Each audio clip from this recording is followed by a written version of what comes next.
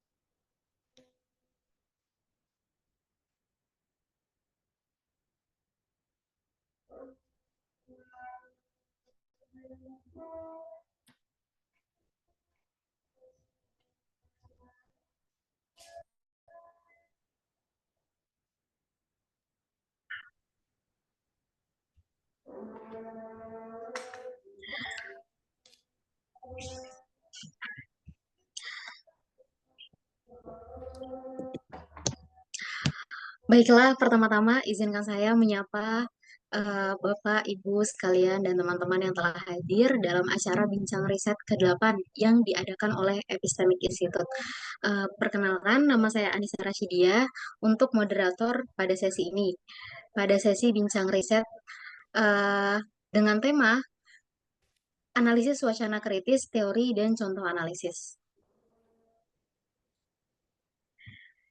Yang saya hormati, Ibu Dr. Mundi Rahayu, selaku Direktur Epistemic Institute, serta beliau yang menjadi pemateri kita pada malam hari ini.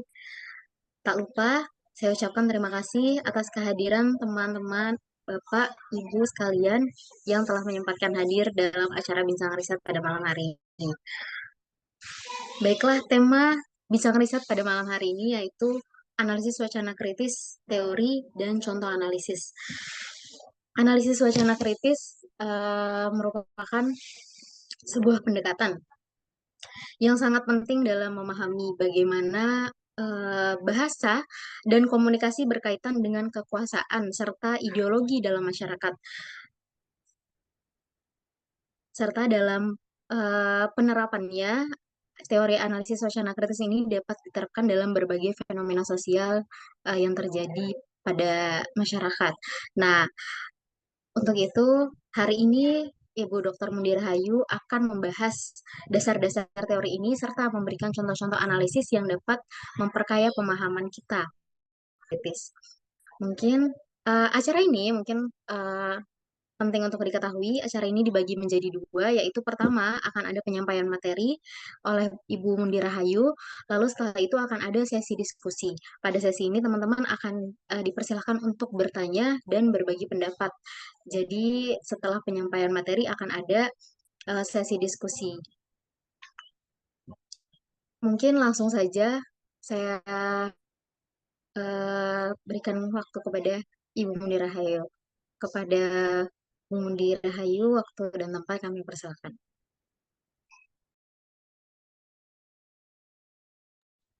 Terima kasih. Assalamualaikum warahmatullahi wabarakatuh. Selamat sore menjelang malam teman-teman semua, Bapak Ibu dan juga mahasiswa yang tertarik untuk membahas topik kita pada sore hari ini, yaitu tentang critical discourse analysis atau analisis wacana kritis. Oke, sebelumnya sebentar saya izin untuk share screen ya.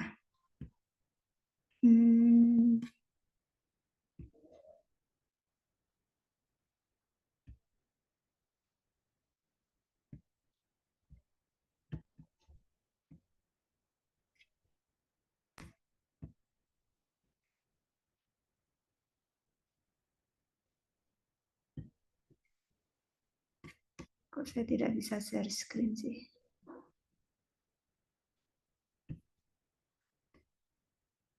Anissa mungkin bisa bantu share screen dari situ, bisa nggak?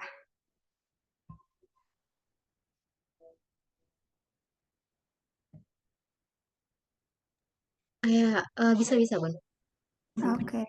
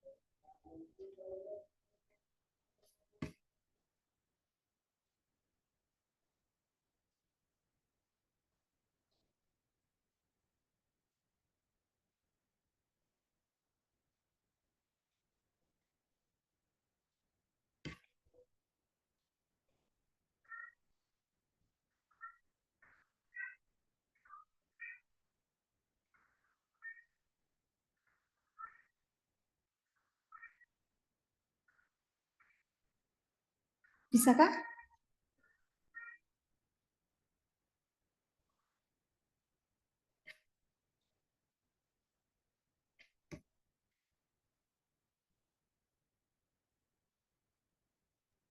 Ya Bun, ini masih menunggu di download sebenarnya.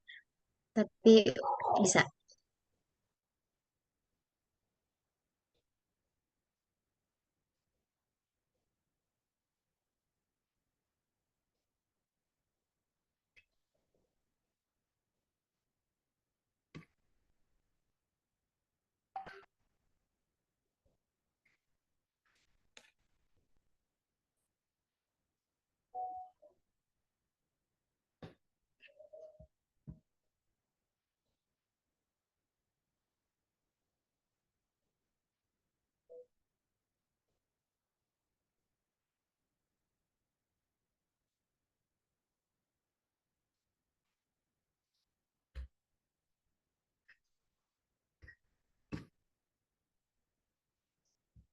Oke, terima kasih Anissa.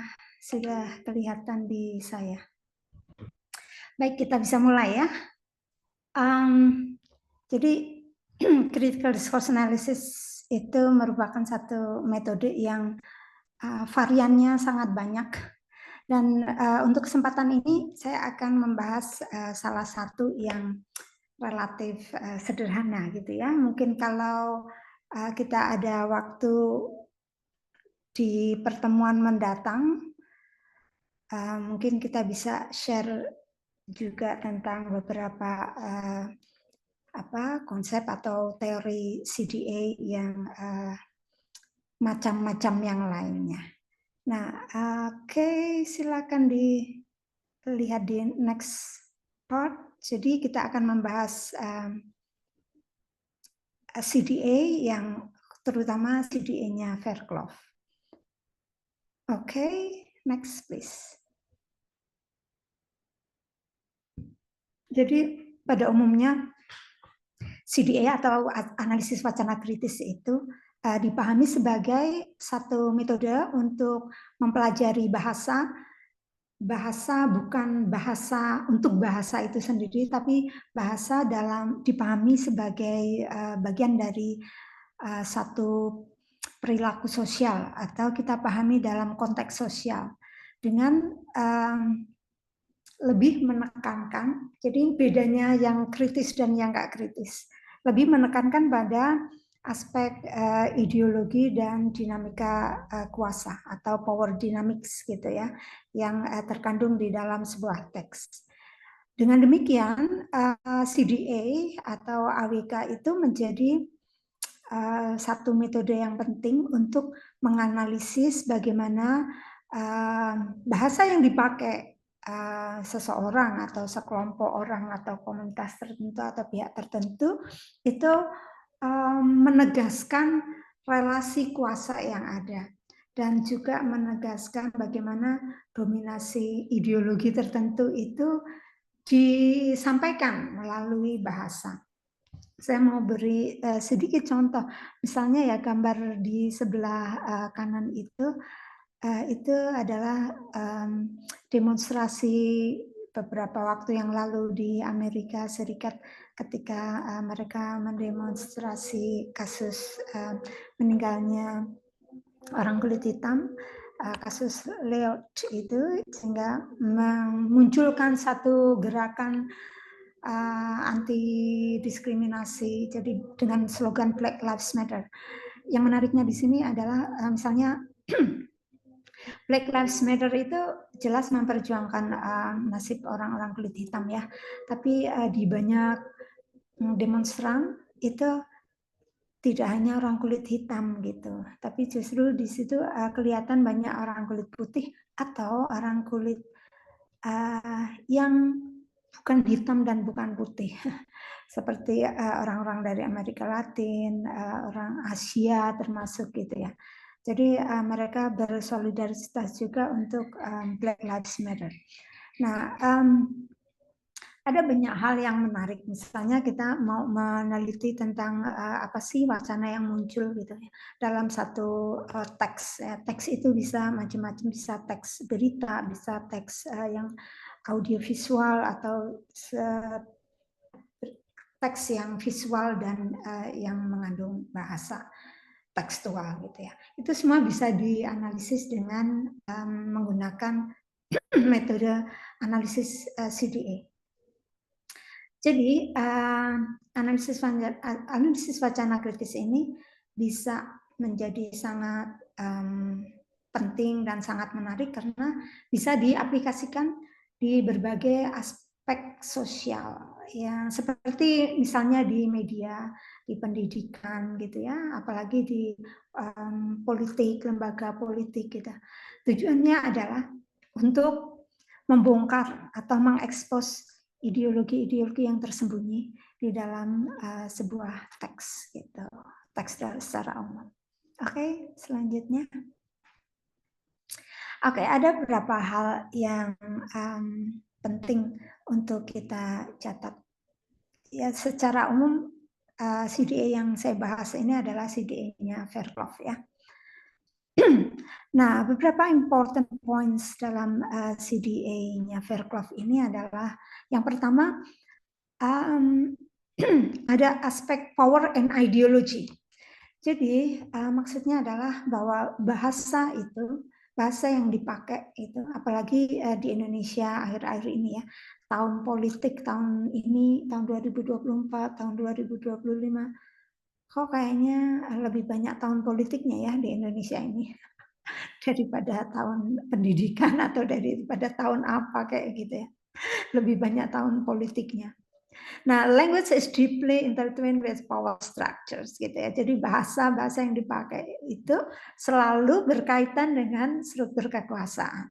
Jadi CDA atau analisis wacana kritis itu bertujuan untuk mengungkapkan bagaimana bahasa atau bentuk-bentuk linguistik itu bisa mempertahankan kekuasaan atau menantang kekuasaan. Nah, mempertahankan kekuasaan atau mempertanyakan kekuasaan itu biasanya dilakukan dengan cara menaturalisasikan. Menaturalisasikan itu maksudnya membuat ideologi tertentu itu menjadi something natural gitu ya, sesuatu yang dianggap oh memang begitu, dianggap oh sudah biasa seperti itu dan sebagainya. Jadi melalui bahasa itu ideologi tertentu itu ditanamkan gitu ya. Dan seringkali tidak terlalu disadari ya. Kecuali orang-orang yang berpikir kritis atau orang-orang yang suka menganalisis dengan CDA itu akan lebih bisa menganalisis atau memahami ideologi tertentu yang tersembunyi dalam setiap wacana itu dengan secara lebih kritis. Oke, poin yang lain adalah bahwa wacana itu merupakan praktik sosial. Maksudnya wacana atau diskurs itu bukan hanya refleksi dari persoalan sosial gitu ya, tapi wacana itu sendiri juga membentuk relasi sosial yang ada gitu. Jadi kita itu seringkali dibentuk perilakunya, keputusan-keputusan yang kita ambil dan sebagainya itu melalui wacana yang dibangun atau dilemparkan oleh terutama orang-orang yang pihak-pihak yang berkepentingan untuk mensosialisasikan atau menanamkan wacana tertentu, begitu. Itulah sebabnya Verklov selalu mengadvokasikan bagaimana menganalisis wacana gitu ya secara kritis, yaitu melihat bagaimana wacana itu mereproduksi atau mengubah, mentransformasi satu struktur sosial atau norma-norma sosial atau nilai-nilai sosial tertentu. Gitu.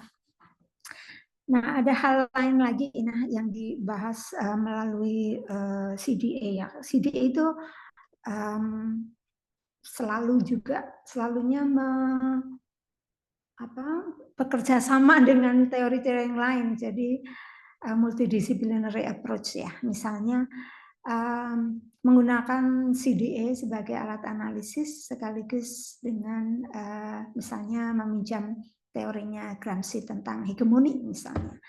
Jadi akan bisa menganalisis bagaimana cara orang berpidato atau cara misalnya pihak tertentu menyampaikan wacana tertentu itu menjadi wacana yang dominan gitu. Jadi itu tadi yang dimaksud bahwa diskurs itu sebagai praktik sosial. Karena apa? Karena wacana atau diskurs itu membentuk norma-norma sosial atau nilai-nilai yang berlaku dalam masyarakat atau yang berlaku dalam satu relasi kekuasaan tertentu gitu. Kemudian ada lagi ya poin penting dalam CDE ini adalah bahwa ideologi itu beroperasi melalui bahasa. Ya, ideologi itu beroperasi melalui bahasa di berbagai level gitu ya. Jadi disinilah kita akan memahami bahwa bahasa itu menjadi arena di mana muncul negosiasi kekuasaan dan juga ketika orang memperjuangkan satu kekuasaan tertentu gitu. Oke, next Mbak Anissa. Oke, sedikit kita bahas ya tentang ideologi ini karena ideologi itu seringkali sebenarnya menjadi sesuatu hal yang sangat fundamental dalam setiap diskurs, tapi seringkali tidak disadari gitulah. Jadi ideologi itu apa sih? Ideologi adalah satu praktik sosial yang membentuk bagaimana orang memahami dunia, bagaimana orang berkomunikasi atau mengkomunikasikan sesuatu, dan bagaimana satu pihak tertentu berhubungan atau berelasi dengan pihak lain. Jadi ideologi merupakan satu hal yang integrated ya, yang menyatu dalam proses reproduksi sosial. Jadi dengan ideologilah orang bisa memperkuat satu relasi kuasa antara kelompok yang dominan gitu terhadap kelompok yang didominasi. Atau bagaimana kelompok yang dominan itu bisa tetap berada di dominasinya atau berada di powernya gitu. Sementara bisa memarginalkan sudut pandang yang lain gitu. Itu ya yang ideologi. Jadi sangat mendasar dalam kita melakukan analisis wacana. Nah, dalam analisis wacana, ideologi ini muncul atau secara konkret terlihat atau bisa kita lihat gitu ya melalui bahasa. Jadi bisa jadi secara eksplisit, tapi bisa juga secara implisit gitu ya, atau secara subtle. Jadi misalnya melalui metafornya, melalui pilihan-pilihan katanya, atau melalui framing, ya framing, cara memframing sesuatu wacana, sesuatu hal dalam berita misalnya. Nah itu akan kelihatan bagaimana ideologi itu dipaparkan. Begitu. Oke, berikutnya. Oke, jadi bagaimana menganalisis satu teks atau satu wacana itu dengan CDA gitu ya. Ada mungkin hampir semua sudah pada familiar ya dengan three levels of analysis gitu. Jadi model analisis wacana kritis yang dikemukakan oleh Fairclough itu ada yang pertama, level yang pertama itu adalah level teks gitu. Jadi sebuah wacana harus dilihat melalui tiga level atau tiga dimensi analisis gitu. Yang pertama adalah analisis teks. Yang dimaksud dengan analisis teks atau analisis mikro itu adalah menganalisis bahasa yang dipakai. Jadi linguistic features gitu. Atau struktur teksnya itu sendiri. Yang kedua, analisis meso atau discourse practice itu merupakan satu proses yang melibatkan produksi dan konsumsi sebuah teks. Maksudnya produksi teks itu adalah kita menganalisis siapa yang membuat teks itu, siapa yang memproduksi teks itu, punya tujuan apa, gitu. Dan bagaimana teks itu ditangkap atau dibaca atau dipahami atau diinterpretasikan oleh pembaca. Nah, itu yang dimaksud dengan proses produksi dan konsumsi teks. Gitu. Kemudian yang berikutnya atau level ketiga yang sering disebut macro level of analysis atau socio-cultural practice gitu ya. Analisis di tahap ketiga itu melihat konteks sosial dan konteks budaya secara luas. Jadi satu wacana itu selalu harus dilihat melalui konteks sosial, konteks budayanya secara luas. Sehingga disitulah kita bisa melihat bagaimana power relation itu muncul. Dan kita bisa melihat bagaimana ideologi itu bekerja. Gitu. Jadi kita melihat melalui socio-cultural practice atau makro analisis. Jadi secara keseluruhan dalam analisis wacana kritis itu kita bisa melihat bagaimana sebuah teks itu dibuat, ya, diproduksi, dibuat oleh siapa, dengan cara apa, dengan tujuan apa, gitu ya, dan bagaimana sebuah teks itu dikonsumsi, dipahami oleh pembaca atau audiensnya seperti apa, gitu. Dan juga bagaimana teks tersebut didistribusikan. Gitu. Didistribusikan tuh diedarkan, disosialisasikan dalam konteks sosial tertentu. Jadi kesemuanya itu dipadukan, dianalisis, gitu, tiga aspek besar itu tadi untuk melihat atau untuk membongkar bagaimana ada satu ideologi yang dominan yang disebarkan atau yang melekat dalam sebuah wacana. Nah, itulah yang dimaksud dengan membongkar power relation yang ada di dalam sebuah wacana. Gitu. Itu ada gambar hiasan di sebelah kanan. Fake news is the real virus. Ini foto itu saya dapatkan di internet.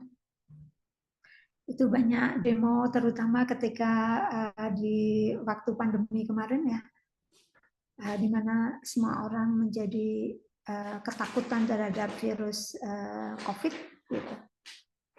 Tapi demonstran satu ini, kalau di Amerika itu mau demo 1 orang, mau 2 orang, mau 3 orang itu tetap aja dianggap sebuah demo ya. Jadi fake news is the real virus gitu. Yang dianggap sebagai virus yang serius itu bagi dia nih bukan virus COVID sebagaimana dipahami semua orang gitu ya, atau yang wacana mainstreamnya adalah virus COVID ya, tapi justru fake news ya, berita-berita palsu. Fake news is the real virus. Oke, itu CDA Model of Analysis. Jadi secara umum kerangka analisis atau kerangka garis besar analisisnya itu seperti itu untuk CDA. Oke, kita lihat yang selanjutnya, next please. Ya, nah kali ini saya akan membahas salah satu konsep ya di dalam CDA-nya Fairclough gitu, yang melihat bagaimana representasi wacana representasi gitu muncul di dalam contohnya media discourse. Yang dimaksud media discourse itu adalah wacana media, wacana yang genrenya itu media, pemberitaan ya, teks pemberitaan. Nah, dalam memahami representation and media discourse itu ada beberapa hal sih yang perlu kita perhatikan. Misalnya ada istilah primary discourse dan secondary discourse. Ya, jadi kalau kita menganalisis teks berita, berita di media online misalnya ya, itu kita lihat primary discourse itu maksudnya adalah yang primary itu discourse of the media, wacana tentang medianya itu sendiri. Lawannya adalah secondary discourse. Secondary discourse adalah original discourse being reported, isinya. Jadi kalau wacana medianya, media X itu wacana yang diusung apa gitu. Kalau original discourse being reported itu maksudnya, secondary discourse itu maksudnya adalah dalam berita tertentu ini pembahasannya ini apa sih gitu ya, kontennya itu apa sih gitu. Jadi poin terpenting dalam membahas sebuah wacana di media berita, maksudnya ya, itu adalah bahwa wacana media itu atau berita di sebuah media itu, mudahnya gitu ya, berita dalam sebuah media itu bukan semata-mata melaporkan, reporting gitu ya, satu wacana tertentu gitu. Tapi yang sering terjadi adalah bahwa sebuah berita itu menginterpretasikan ulang, membangun interpretasi tersendiri gitu kan, sehingga interpretasi sendiri dari sebuah media itu mungkin itu dilakukan oleh wartawannya, tapi di atas wartawan kan ada editornya gitu ya. Di atasnya editor itu ada pemilik media gitu.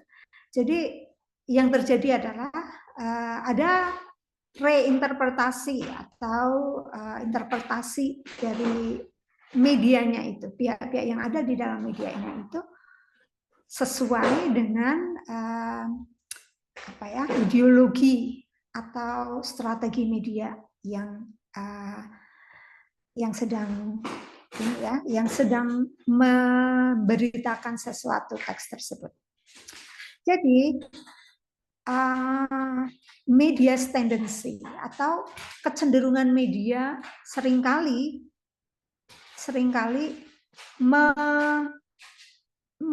memblurkan meruntuhkan sekat gitu ya antara primary and secondary discourse gitu.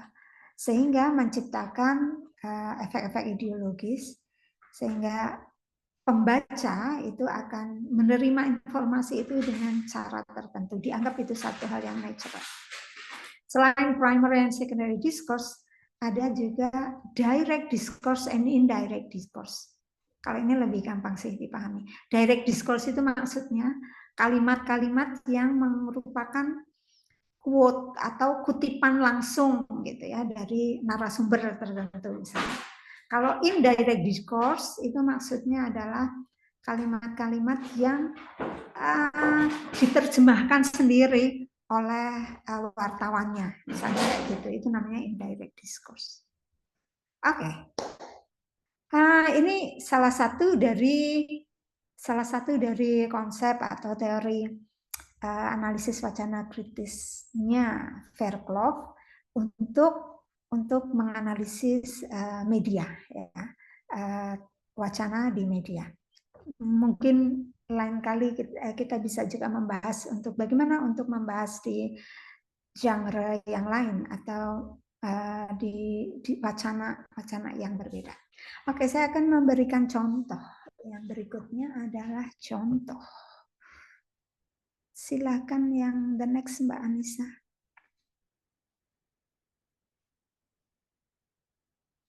Nah, ini nih saya ada contoh nih berita yang terbaru kemarin ya, tanggal 6 Oktober, Radar Pos Nasional. Saya pakai ini sebagai contoh karena saya dapat berita itu ya seminggu yang lalu ya. Jadi ada di radarposnasionalnews.com. Judulnya begini nih, nekat lakukan KDRT sampai meninggal, pemuda asal Batang-Batang diringkus Polres Sumeneb. Ada gambarnya si pelaku ini, tapi di blur gitu mukanya. Judul ini, nekat lakukan KDRT sampai meninggal, pemuda asal Batang-Batang diringkus Polres Sumeneb. Mungkin nanti bisa lah Anda, mbak-mbak, mas-mas yang ikut, bisa membayangkan nih, kira-kira nih apa ya, siapa nih pemuda asal Batang-Batang ini. Gitu. Nah, kalau dari judulnya kan nggak kelihatan nih pemuda asal Batang-Batang ini siapa sih gitu ya, dari judulnya nggak kelihatan. Apa hubungan antara pemuda asal Batang-Batang ini dengan korban ini nggak kelihatan. Judul ini kalau menurut saya cukup apa ya, cukup memblurkan antara pelaku dan korban, relasinya seperti apa. Tapi kita lihat beritanya ya. Next di slide berikutnya saya mengcopy pastekan. Nah ini beritanya. Beritanya saya copy paste supaya lebih mudah kita baca ya. Jadi di paragraf pertama, Sumeneb RPN Satreskrim Polres Sumeneb Madura Jawa Timur berhasil mengungkap kasus kekerasan dalam rumah tangga yang menyebabkan orang meninggal pada Minggu malam 6 Oktober.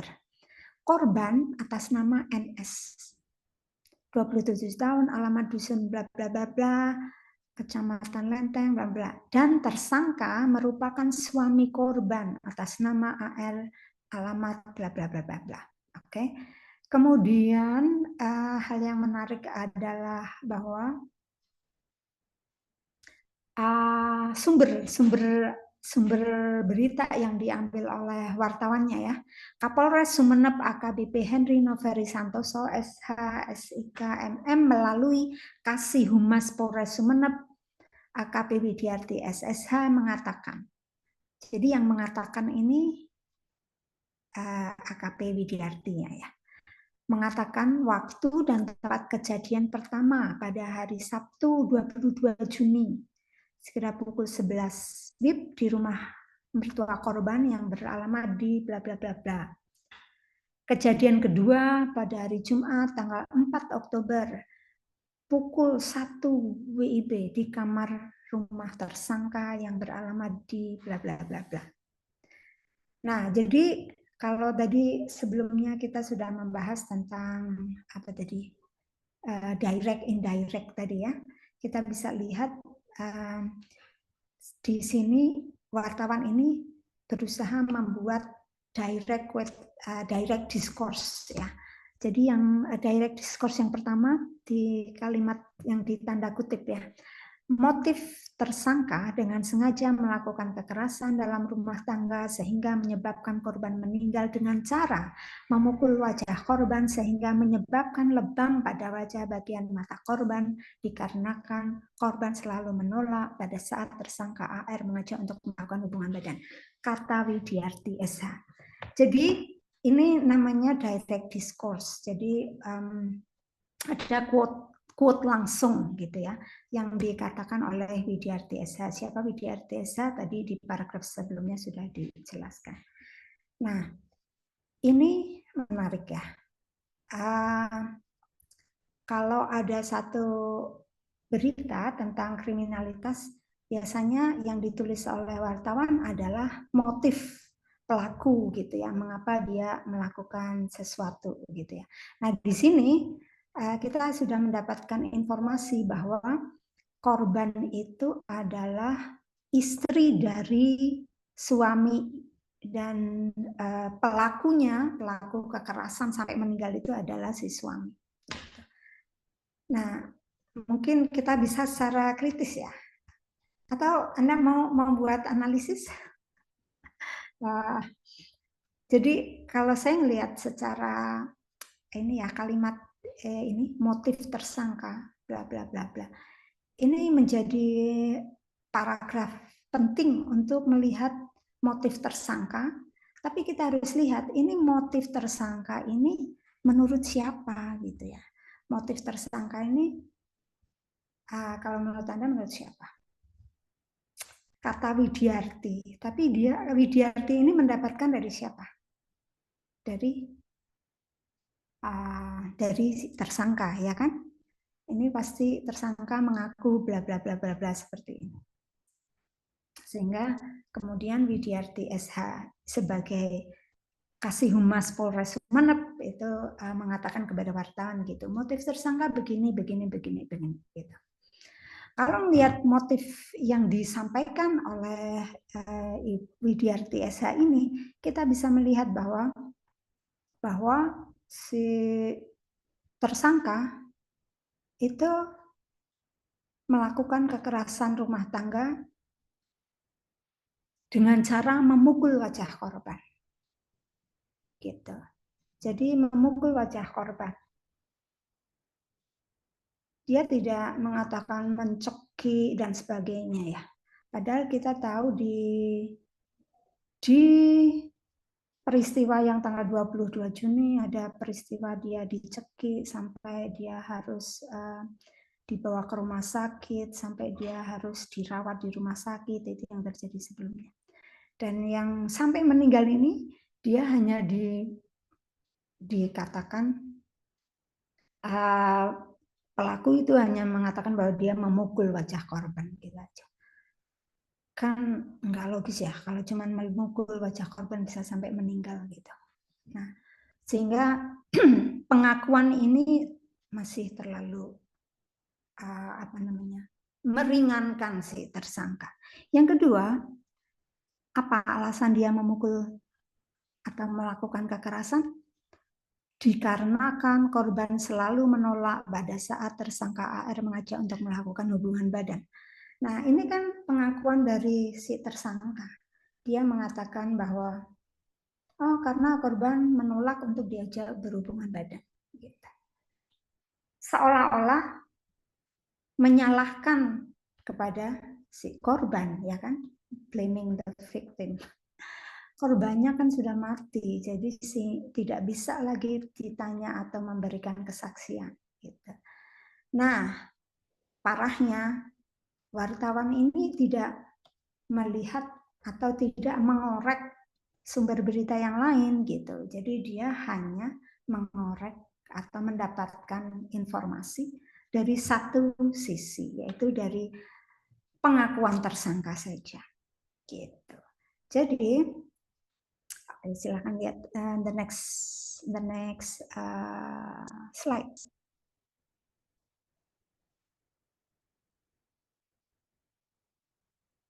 Oke, jadi itu tadi sudah diceritakan bagaimana yang melaporkan kejadian itu ke polisi adalah orang tua si korban ya.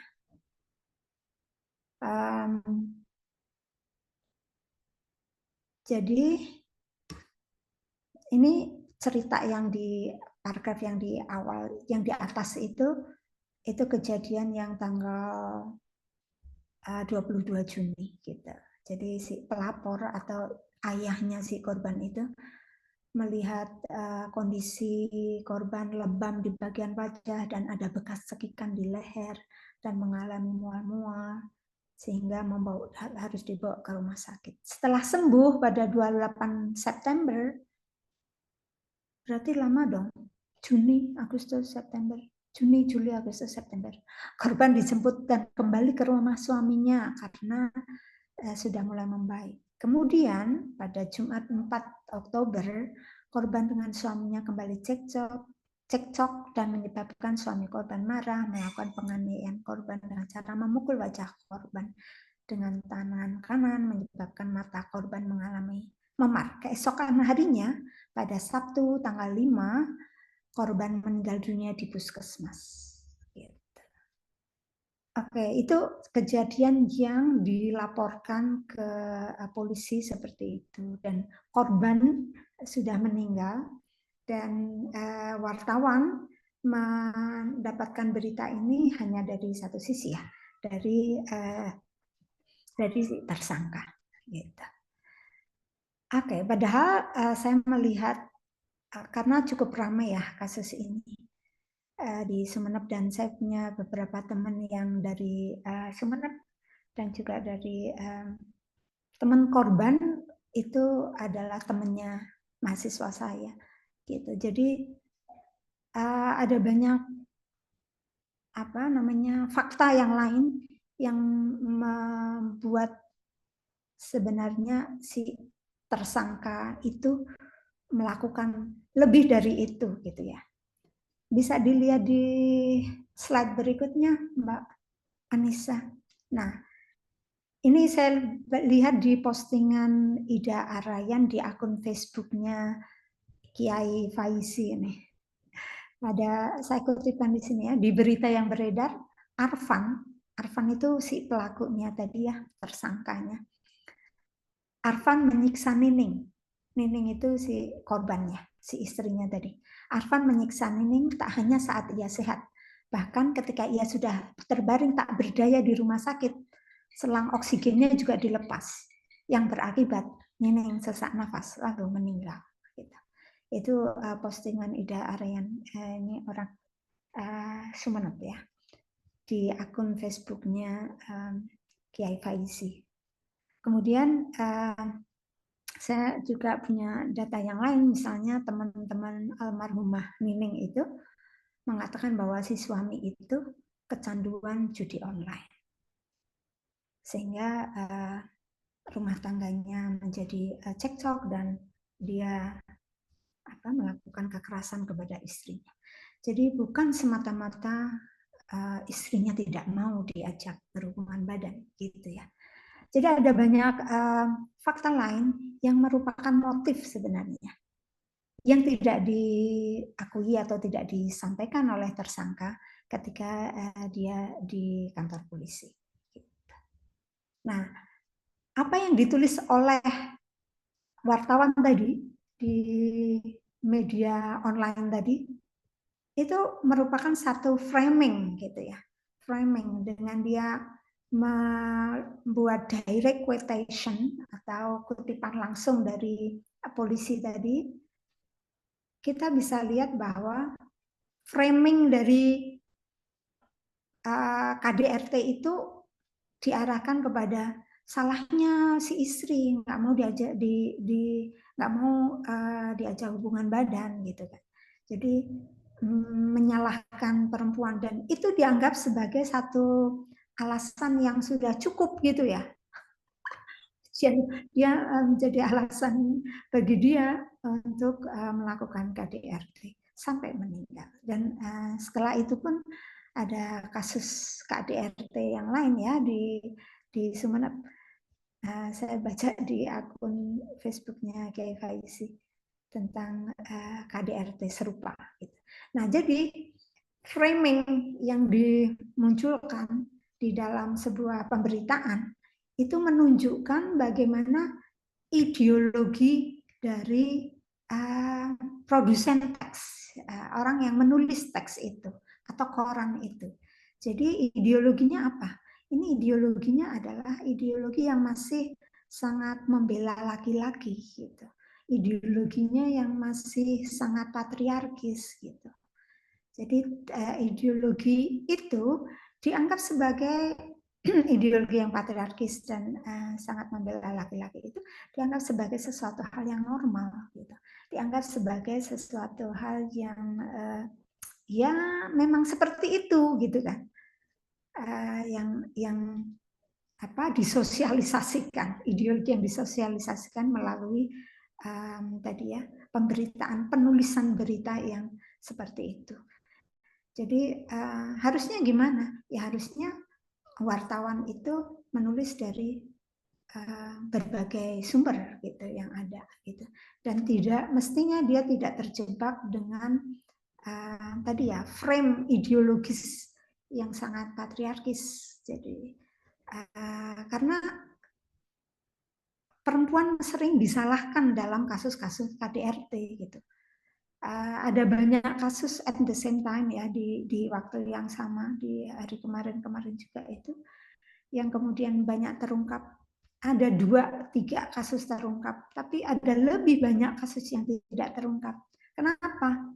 Kenapa banyak tidak terungkap? Karena lebih banyak orang diam gitu. Karena perempuan lebih sering disuruh diam. Apapun urusan rumah tanggamu itu adalah urusan kamu sendiri gitu. Tidak boleh orang lain tahu. Orang lain tahu setelah kasusnya sampai meninggal. Nah, begitulah. Itu tadi contoh dari bagaimana satu cara berpikir atau paradigma atau metode analisis wacana kritis bisa kita pakai atau bisa kita terapkan untuk mengkritisi sebenarnya wacana yang dominan apa sih gitu ya di dalam masyarakat kita. Selama wacana dominannya itu sangat patriarkis, ya kasus-kasus KDRT seperti itu. Dalam kasus ini tadi kita membahas KDRT tadi ya, ya itu akan banyak terulang gitu, tidak akan tidak akan menjadi satu bentuk pendidikan atau penyadaran kepada masyarakat kita, dan perempuan akan selalu menjadi korban. Nah, saya kira seperti itu ya yang bisa saya sampaikan untuk contoh analisis pada kali ini. Selanjutnya, untuk sementara saya sudahi presentasi saya. Terima kasih. Saya kembalikan kepada Mbak Anissa. Assalamualaikum warahmatullahi wabarakatuh.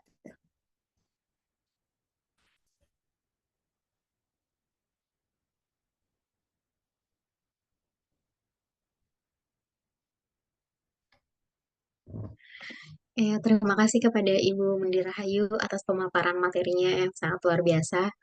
Selanjutnya, mungkin kita buka sesi diskusi ya. Untuk teman-teman yang ingin bertanya atau memberikan pendapat, bisa open mic atau tulis di kolom komentar. Oh ya, sudah ada yang angkat tangan ya. Di sini ada Mas Rizal Gani dan Mas Sayekti Milan. Ada yang mau duluan mungkin dari Mas Rizal Gani atau Sayekti Milan yang mau? Mungkin saya boleh? Boleh, silakan. Oke, terima kasih atas kesempatannya. Selamat malam, Assalamualaikum warahmatullahi wabarakatuh. Saya Rizal Gani, saya sekarang posisinya adalah pustakawan di Universitas Dinamika. Langsung saja ya, bagaimana CDA ini relate sama apa yang saya tuliskan di tesis saya mengenai koleksi konten lokal di perpustakaan. Jadi di perpustakaan itu kan ada yang namanya koleksi konten lokal.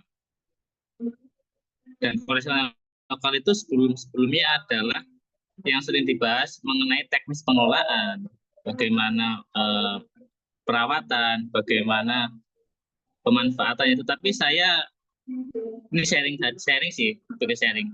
Saya mendalami bahwasanya koleksi konten lokal ini bermuatan diskurs, bermuatan wacana. Bagaimana pembentuk atau pembuat dari tulisan ini dia merepresentasikan kultur budaya yang ada di suatu daerah yang menjadi ciri khas, menjadi sebuah koleksi yang akhirnya disimpan di perpustakaan. Dan tentu meskipun itu acuannya adalah sejarah atau budaya lampau ataupun karakteristik yang lain, penulis itu pasti memiliki atau sedikit apa namanya dia dikatakan ya,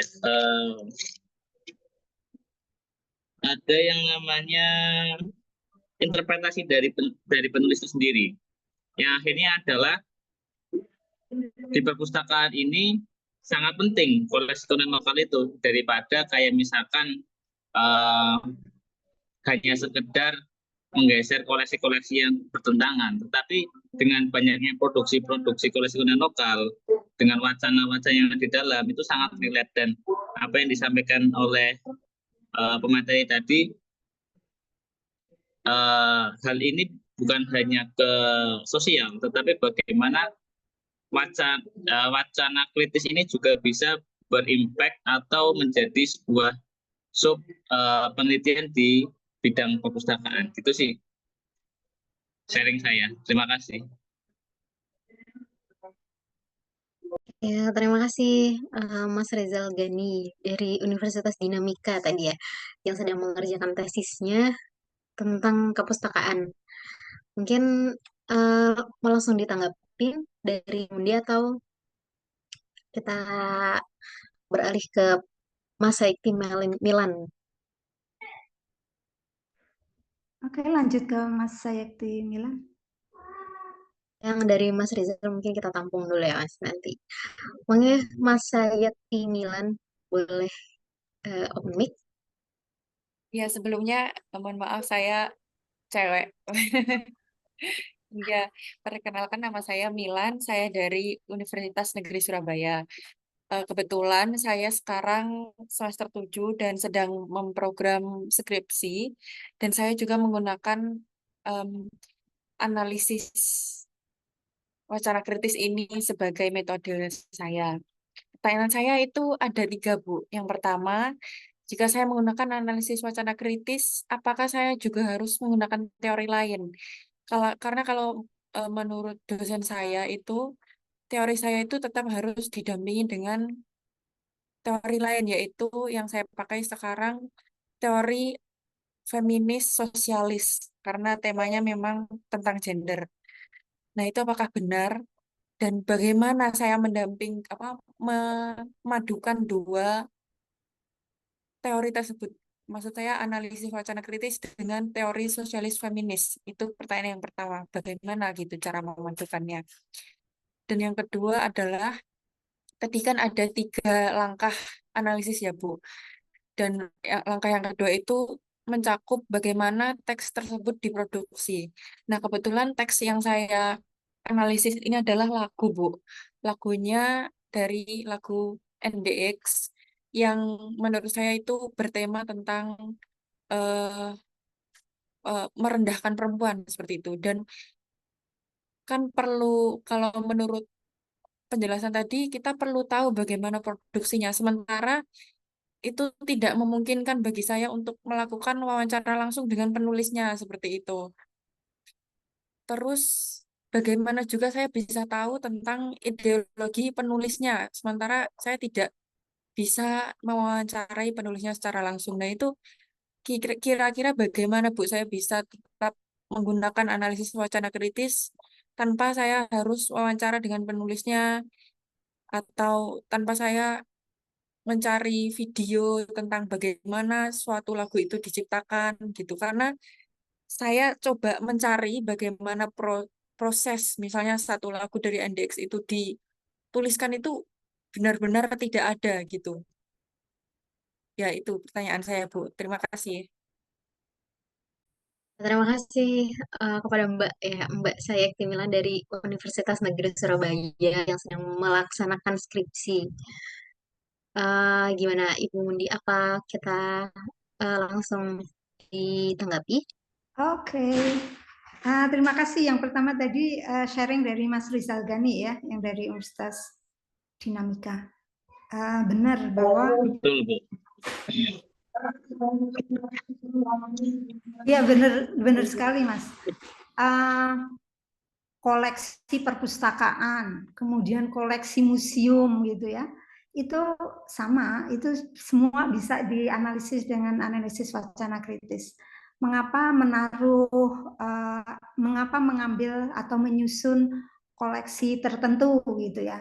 Dan mengapa yang misalnya yang dikoleksi tulisan si A atau buku si B gitu. Itu semua kan tadi ya termasuk dalam untuk menggali ideologinya. Apa sih ini ideologinya? Kita bisa melihat melalui pilihan-pilihan tadi, pilihan-pilihan misalnya itu perpustakaan ya, pilihan-pilihan koleksinya gitu. Jadi ada ideologi tertentu pasti ya yang dikemukakan gitu, atau yang dipraktekkan gitu ketika koleksi konten lokal di sebuah perpustakaan itu dilakukan gitu. Nah, misalnya yang dimaksud dengan konten lokal di sini apa gitu? Bagaimana orang-orang perpustakaan itu menginterpretasikan lokalitas itu dia pahami sebagai apa gitu. Apakah lokalitas itu dipahami sebagai batasan geografis gitu. Oh, misalnya lokal Malang, ya Malang dan sekitarnya. Atau dia memahami lokal itu seperti apa gitu. Atau lokal dari segi misalnya Islam Nusantara, itu juga bisa menjadi lokal. Atau mau lokal dari segi geografis, Malang, Jawa Timur gitu. Atau lokal dari segi tertentu. Jadi orang bisa membuat satu interpretasi tertentu terhadap satu social practice di sini dalam mengkoleksi konten lokal perpustakaan gitu. Sehingga kita tetap bisa melakukan tadi ya analisis wacana kritis gitu.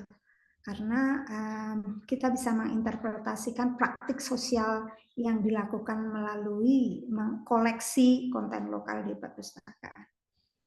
Seperti itu. Terima kasih ya Mas Rizal Ghani atas sharingnya. Ada sih juga penelitian beberapa tahun yang lalu saya melihat ada tulisan, saya lupa sih tapi tulisan apa, yang menganalisis tentang museum gitu. Jadi saya pernah punya teman yang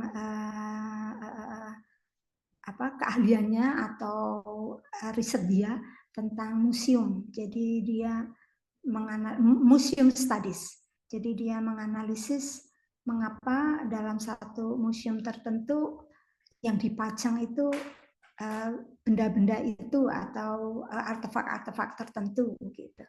Dan mengapa yang artefak tertentu itu ditaruh di paling depan, mana yang ditaruh paling belakang dan sebagainya.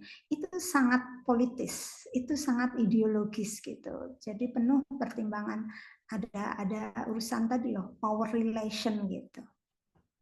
Saya kira seperti itu, sejenis dengan itu ya, tadi yang disampaikan oleh Mas Rizal Ghani. Jadi semua social practice kita itu bisa dianalisis melalui analisis wacana kritis untuk membongkar atau untuk mengungkap ini ideologi yang ini kan apa sih gitu.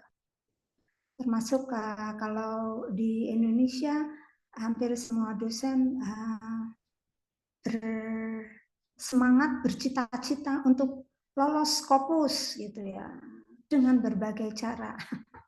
Nah itu kan juga satu praktik sosial yang mengandung ideologi tentu gitu ya, yang sudah banyak dibahas orang. Oke, kemudian tadi pertanyaan Mbak Sayekti, sebenarnya sih kalau on cam gitu ya Mbak Sayekti, kita menjadi tidak salah paham memanggilnya jadi Mas tadi.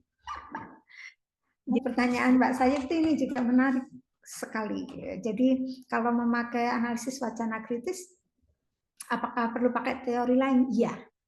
Jadi saya bilang bahwa perlu multidisciplinary approach gitu ya, pendekatan multidisipliner. Kenapa? Karena metode analisis wacana kritis ini itu metode risetnya gitu ya. Bagaimana Anda menentukan pengambilan data, cara menganalisis, cara mengkoleksi data, menentukan data sources gitu. Sementara yang termasuk dalam tadi misalnya karena membahas tentang feminisme gitu ya, ya materi yang dibahas atau wacana yang dibahas feminisme berarti harus membutuhkan teori lain gitu. Ada loh CDA yang khusus feminis gitu, ada namanya Feminist Critical Discourse Analysis, FCDA. Itu juga ada. Jadi misalnya FCDA-nya Sarah Mills gitu ya, itu juga termasuk Feminist Critical Discourse Analysis. Kemudian apa lagi ya tadi pertanyaannya?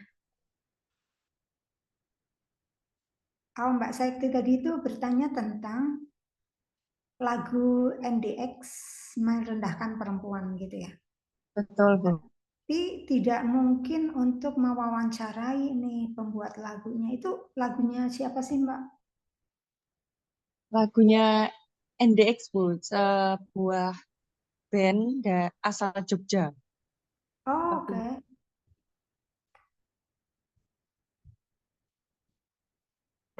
Sebuah band asal Jogja ya. Oke. Jadi ada banyak cara untuk bisa melihat bagaimana sebuah analisis ideologi itu bisa dilakukan ya. Jadi bisa melihat dengan tidak harus mewawancarai penulisnya. Misalnya tadi saya menganalisis apa tadi pemberitaan tentang KDRT tadi ya. Saya tidak harus mewawancarai si penulisnya kan. Saya tidak harus mewawancarai mengapa wartawannya menulis begini, mengapa kok tidak begitu, kenapa kok dia tidak menggunakan ini apa sumber narasumber yang lain yang lebih bervariasi. Saya tidak perlu bertanya kepada wartawannya ya, tapi kita bisa melakukan apa namanya analisis ideologi itu dari apa namanya teksnya itu sendiri. Jadi kita bisa melihat analisis ideologi itu dari teksnya itu sendiri. Begitu. Nah, gimana cara menganalisis ideologi dari teks itu sendiri? Tadi belum terlalu jelas ya. Jadi gini, ideologi itu letaknya ada di mana sih dalam sebuah teks gitu ya, paling gampang gitu. Jadi ideologi itu bisa dilihat dari bahasa yang dia pakai, dari linguistic features-nya atau dari bahasa yang dia pakai. Jadi misalnya tadi saya bisa melihat dari kalimat yang dikutip dari Kasih Humas Polres Sumeneb tadi. Gitu. Dari kalimat itu saya menyimpulkan bahwa wartawan ini tidak melihat atau tidak mengutip sumber yang lain. Hanya mengutip dari satu sumber, yang sumber itu adalah dari satu pihak saja dan pihak itu dari tersangka, si laki-laki pelaku KDRT itu. Gitu. Ya, jadi kita bisa melihat ideologi, menarik kesimpulan tentang ideologinya itu melalui bahasa, melalui istilahnya diskursive events. Jadi kejadiannya itu gimana sih gitu. Ketika kejadiannya itu seperti itu dan dia hanya mengambil dari satu sisi itu, berarti ya dia sangat male biased gitu. Dia sangat bias laki-laki gitu. Begitu. Jadi intinya adalah bahwa bahasa yang dipakai itu nggak netral gitu. Kan tadi Mbak Sayakti bilang bahwa lagunya NDX ini merendahkan perempuan gitu. Kan Mbak Sayakti bisa melihat itu merendahkan perempuan dari mananya? Kan dari kata-katanya kan, dari kata-katanya. Mungkin beberapa hal yang bisa ditambahkan sebagai informasi dalam analisis itu adalah ini pengarangnya siapa? Dia itu laki-laki kah? Dia itu perempuan kah? Usia berapa? Dia itu di Jogja itu dia apa? Mahasiswa kah? Atau dia artis, penulis lagu? ya informasi lain selain dari lagu itu bisa dipakai sebagai apa ya, data pendukung gitu ya, data pendukung untuk membuat satu apa ya, simpulan tentang ideologi. Tapi yang paling penting, data yang paling utama adalah di teks lagunya itu sendiri, itu di lirik lagu ya, di teks lirik lagunya itu sendiri itu bisa kita lihat apakah pilihan katanya, apakah apa ya, dalam mesoanalisis itu ada namanya intertekstualitas, Mbak. Ya kan, di yang level kedua itu diskursive practice itu ada intertekstualitas. Jadi yang dimaksud dengan intertekstualitas adalah bahwa sebuah teks itu tidak berdiri sendiri gitu. Teks itu tidak netral, tidak berdiri sendiri. Jadi sebuah teks itu selalu berinterteks, berhubungan dengan teks lain. Begitu. Itu sehingga kita bisa melihat bahwa bahasa itu sebagai sebuah praktek sosial gitu. Bahasa itu bukan sesuatu yang netral gitu. Bahasa itu bukan sesuatu yang tiba-tiba muncul begitu atau oh itu dari mimpi kemudian muncul begitu, tidak. Pasti ada intertekstualnya, pasti ada kaitannya dengan teks lain. Apalagi ya. Jadi gini, salah satu tujuan utama critical discourse analysis adalah satu ini ya, menumbuhkan kesadaran tentang ideologi gitu. Jadi membongkar asumsi-asumsi ideologis yang ada di dalam sebuah wacana, dalam ada sebuah teks. Itu tugas dalam analisis wacana kritis begitu. Jadi tadi saya bilang bahwa begini loh, yang namanya ideologi itu cara kerjanya bisa eksplisit, bisa juga implisit gitu. Eksplisit misalnya tadi kalau saya tadi menganalisis wacana berita KDRT tadi, itu secara eksplisit kelihatan. Kenapa kelihatan? Karena ini nih yang harus yang dijadikan rujukan nih hanya satu aja, dan itu rujukan dari si lelaki, si tersangka itu tadi aja gitu, sehingga berita itu menjadi bias ya, bias laki-laki gitu, hanya dari sudut pandang laki-laki. Nah itu kan ideologinya ideologi patriarki gitu kan namanya. Nah itu secara eksplisit bisa kelihatan. Jadi apa yang disembunyikan atau apa yang tidak diungkapkan itu justru menjadi satu apa ya, fokus analisis kita gitu. Nah, bisa juga secara implisit gitu. Jadi implisit itu apa yang nggak dikatakan gitu, apa yang itu implisit juga ya. Implisit jadi something behind the door. Gitu, sesuatu yang disembunyikan, sesuatu yang nggak diungkapkan. Saya kira seperti itu. Mungkin kalau masih belum jelas boleh diskusi deh kita.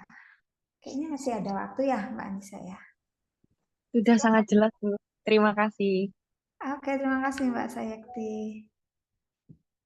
Ya, untuk diskusinya masih ada waktunya. Tadi kita sudah berjalan sekitar 12 menitan ya. Mungkin ada lagi. Oh, di sini ada di kolom chat.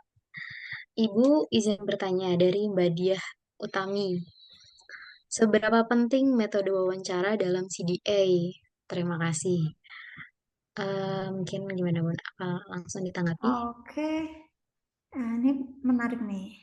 Seberapa penting metode wawancara dalam CDA? Oke.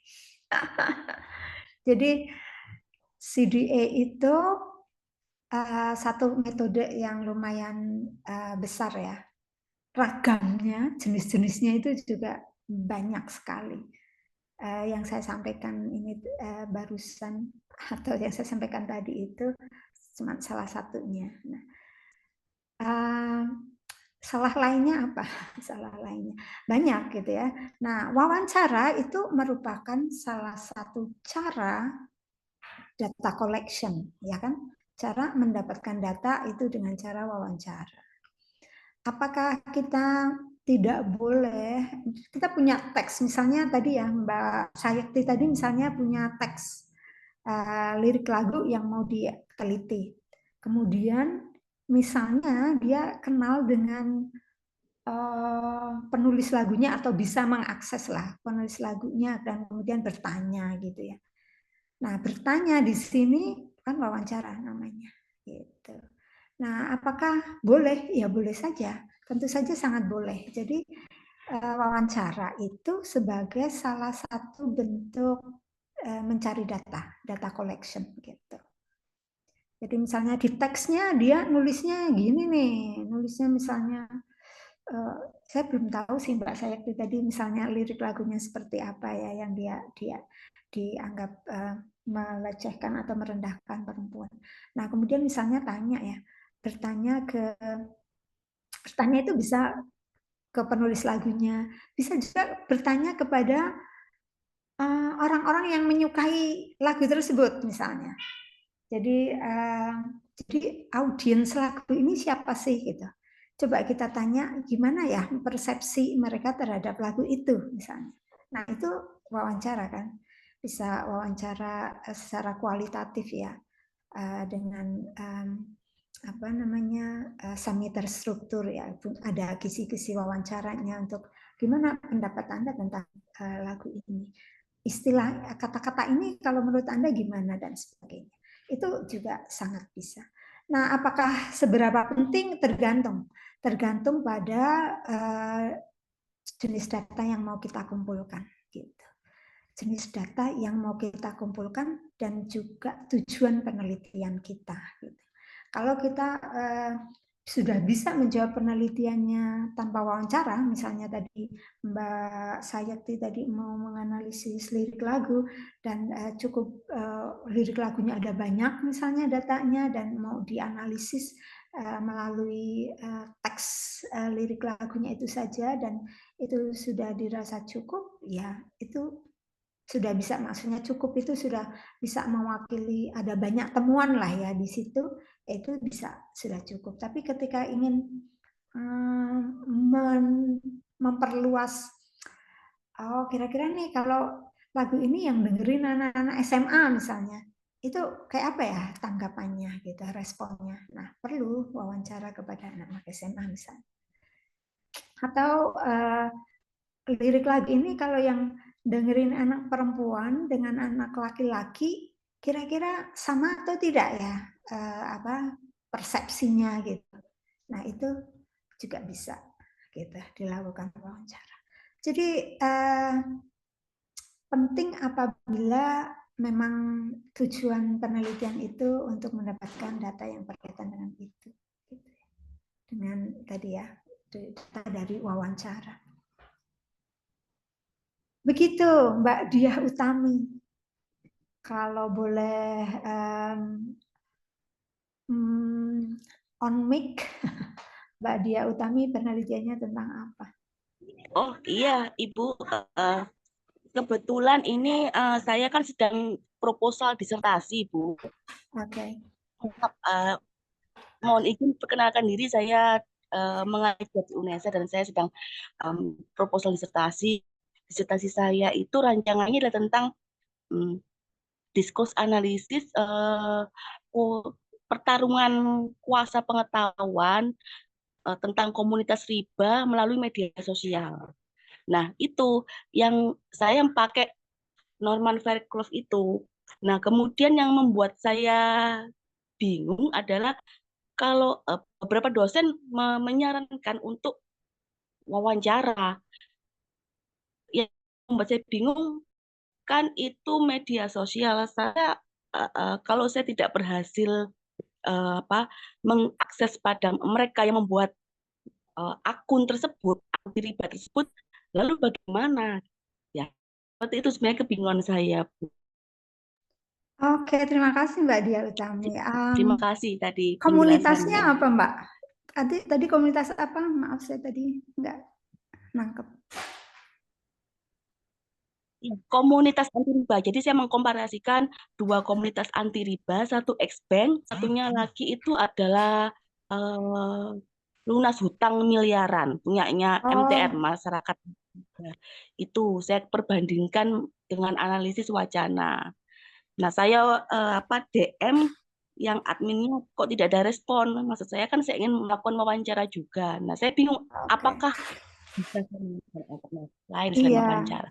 mungkin kalau nggak adminnya, mungkin bisa dilihat ya di komunitas tersebut siapa yang paling sering posting atau paling sering ngobrol, mungkin anggotanya dan sebagainya, mungkin juga bisa. Yang Iya, paling sering ya saya posting, paling sering, iya. biasanya yang posting sih adminnya, Bu, yang kemudian diberikan tanggapan oleh beberapa followernya itu. Nah, Oke. Itu komunitas terbuka atau tertutup, Mbak? Iya. terbuka Oke. kan. Artinya siapa aja bisa melihat, mengakses grup itu gitu? Nggih, betul. Iya. Jadi kalau katakanlah adminnya nggak bisa diakses, mungkin bisa lihat menjapri gitu ya, menjapri orang-orang yang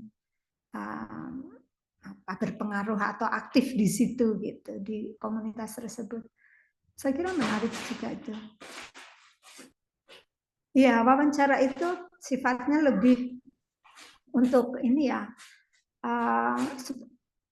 menguatkan data kita ya, karena kadang ada yang komunitas di mana orang yang mungkin nggak menyampaikan sesuatu gitu loh di grup tersebut, di medsos tersebut gitu. Mungkin kalau bukan adminnya bisa jadi pribadi ya, orang-orang yang secara pribadi bisa juga dijadikan sebagai narasumber narasumber untuk komunitas tersebut. Iya. Kira gitu ya Mbak. Iya. Terima kasih. Wah, makasih banyak. Iya, sama-sama. Sukses Mbak Dia Utami. Nggih. Ya, mungkin teman-teman sembari diskusi di kolom chat ada link absen. Jadi mungkin bisa sambil mengisi link absen yang sudah disediakan. Ada yang mau bertanya lagi mungkin atau berpendapat, kita buka terakhir mungkin ya.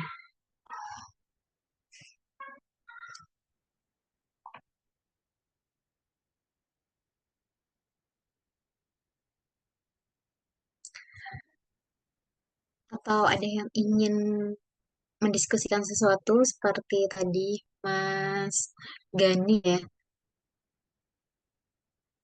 mengenai critical discourse analysis.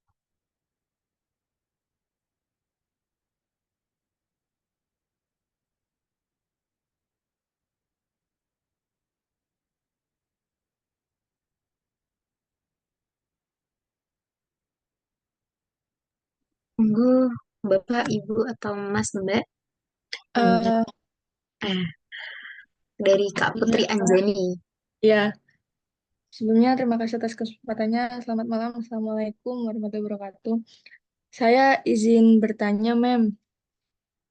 Untuk mengenai saya kan ada tugas UTS tentang outline research, di mana saya ini menganalisis sebuah film menceritakan tentang adanya perbedaan kelas sosial, dan di mana di kelas sosial itu kan menceritakan adanya perbedaan budaya antara masyarakat Chinese tradisional dengan masyarakat Chinese yang modern. Nah, di situ ada kesenjangan antara perbedaan apa itu namanya status sosial di film tersebut. Apakah saya bisa menganalisis film itu menggunakan teori CDA yang tadi yang sudah Mem jelaskan tentang macro level up yang socio-cultural practice, di mana di sini bisa melihat konteks sosial dan budaya secara luas, dilihat secara wacana, dan bisa melihat power relation yang muncul dan ideologi bekerja. Mungkin itu saja dulu pertanyaan saya. Oke, terima kasih Mbak Putri Anjani. Tadi yang dijadikan objek analisis apa? Film atau apa tadi? Iya, film Mem, judulnya Crazy Rich Asians. Oh, Crazy Rich Asian. Oke. Ya. Kemudian tadi tujuannya apa? Untuk membandingkan? Adanya perbedaan kelas sosial Mem. Di situ kan tokoh utamanya berasal dari keluarga konglomerat, di mana anak-anak dari keluarganya itu menjalin hubungan kekasih, hubungan cinta dengan seseorang yang terlahir sederhana dari keluarga sederhana. Gitu, seperti itu. Oke, jadi mau melihat bagaimana Cina yang kaya banget gitu ya? Ya, betul, Crazy ada Rich. sosial tradisi yang sudah turun-temurun gitu, Mem. Iya, saya kira bisa juga ya. Kita dalam satu apa namanya? Oke, ini film kan ya. Film maupun karya sastra kita bisa melihat bagaimana satu wacana tertentu itu dibangun gitu ya. Jadi pada dasarnya ketika melakukan critical discourse analysis itu kita sudah punya bayangan wacana apa ya yang mau kita kulik gitu ya, wacana apa yang mau kita explore gitu dari sebuah objek tersebut gitu. Jadi ada tradisi-tradisi tertentu gitu ya. Itu sebenarnya lebih melihat pada ideologinya apa ya gitu. Apakah ideologinya ini memperkuat stereotip yang selama ini ada. Misalnya di Indonesia ini kebanyakan di Jawa ya, kebanyakan tuh menganggap orang Cina itu pasti ini ya powerful secara ekonomi gitu ya, dominan gitu secara ekonomi. Padahal itu berbeda kalau di luar Jawa misalnya. Di luar Jawa orang Cina miskin itu biasa, Cina jadi nelayan gitu itu biasa. Tapi kalau di Jawa kan stereotipnya adalah Cina itu mesti kaya. Nah, kemudian kalau di tadi ya Crazy Rich Asian gitu ya. Nah, ini memperkuat stereotip bahwa orang Cina itu dominan secara ekonomi atau gimana gitu. Tradisi-tradisinya atau apa yang digambarkan di dalam film itu sebenarnya lebih strengthening the existing stereotype or challenging the stereotype. Gitu. Saya menjawab pertanyaannya Putri nggak sih? Mungkin Putri bisa speak up lagi tentang ininya. Ya, tapi ini sudah terjawab, Mem. Berarti saya kemungkinan bisa memakai teori CDA yang macro level up itu ya, Mem, untuk menganalisis ideologi yang ada. Oke. Jadi Ya, ada, kalau menganalisisnya kan ada mikro, meso, dan makro ya. Jadi dilihat dari linguistic features-nya, kata-katanya, metaforanya. Kalau film itu ya elemen-elemen filmnya yang menunjukkan gitu. Kemudian apa tadi meso atau discourse practice itu lihat itu referensinya apa sih ketika diomongin, ketika ditampilkan seperti itu, referensinya apa atau siapa gitu. Nah, makro analisis itu adalah sosial konteksnya. Ini konteksnya orang Cina di mana sih gitu. Dan saya bilang tadi kalau di Jawa itu stereotipnya orang Cina itu mesti menguasai perekonomian, perdagangan gitu. iya, iya. Chinatown itu mesti ada di kota, nggak mungkin Cina itu ada jadi petani di desa. Kalau di Jawa kan nggak mungkin gitu. Iya. Kayak gitu itu social political konteksnya, social cultural konteksnya. Crazy Rich Asian itu konteksnya settingnya di mana ya? Di Singapura bukan? Iya, di Singapura, Mem. Nah, Di Singapura sama di Amerika. iya. Jadi melihat cultural apa sih social cultural konteksnya ya. Iya, betul. Ya, di Singapura itu siapa sih yang paling kelompok etnis mana yang paling berjaya? Saya kira Cina ya. Saya kira Betul. Cina juga sangat ini ya dominan secara ekonomi politik.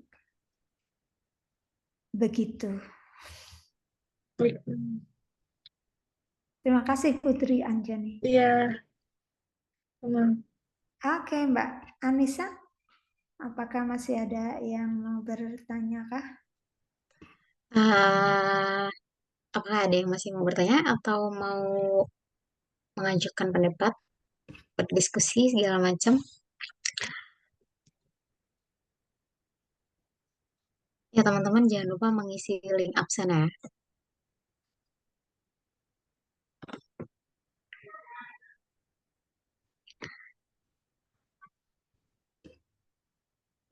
Baiklah, semisal tidak ada pertanyaan lagi atau tidak ada yang ingin didiskusikan lagi, mungkin bisa kita akhiri ya Bun. Oke. Oke. Baiklah, sekian dari diskusi kita tentang analisis wacana kritis, critical discourse analysis, yang sebenarnya ternyata banyak ya penerapannya. Saya mungkin karena jurusan sastra, jadi hanya tahu beberapa penerapannya, karena kalau tadi dari Mas Gani ada penerapan di kolektor perpustakaan, kepustakaan, dan segala macam. Dan pastinya masih banyak lagi fenomena-fenomena yang bisa menggunakan penerapan critical discourse analysis.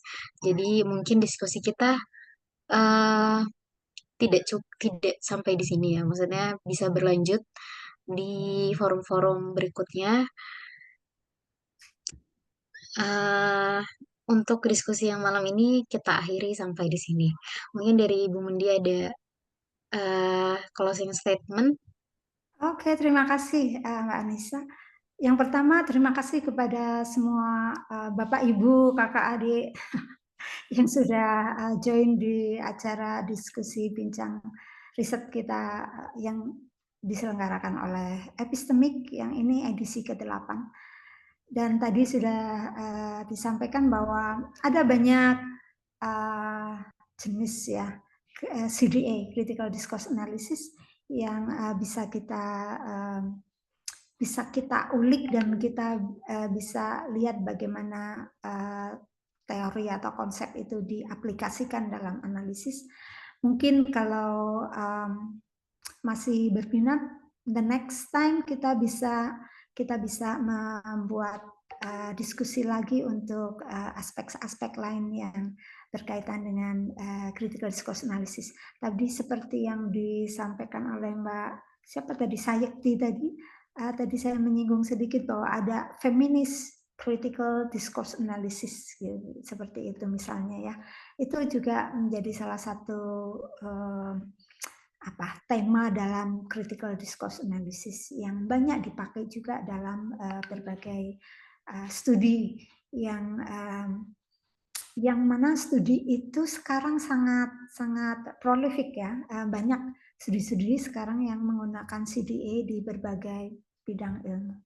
Jadi tetap semangat ya Bapak Ibu, teman-teman semua, kakak-kakak dan adik-adik yang berminat untuk mengikuti critical discourse analysis discussion.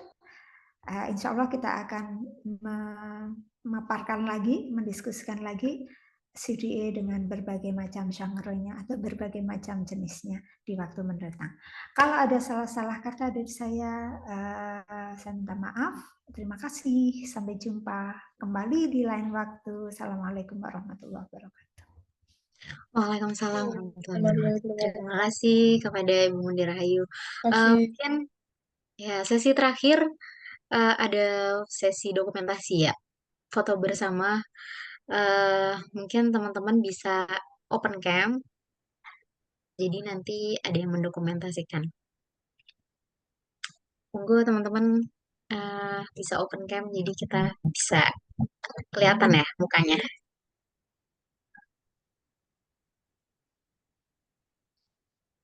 Oke. Siapa nih mama fotonya? Ya mungkin dari aku atau dari Mas Reza Kemal. Dihitung.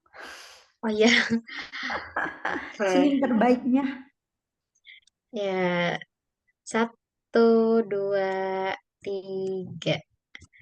Lagi mungkin ya, 1, 2, 3. Oke, lagi mungkin sekali lagi sekarang karena tadi baru 2. Oke, 1, 2, 3.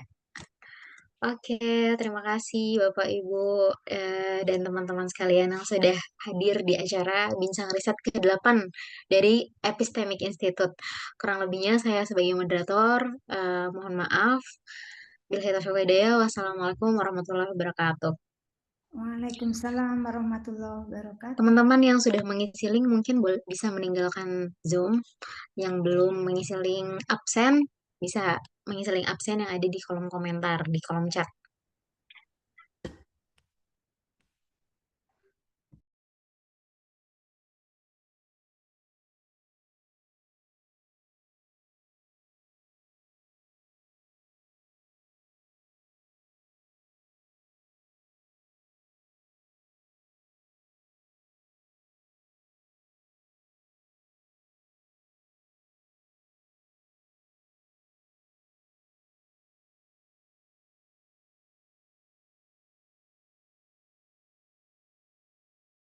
Terima kasih semuanya.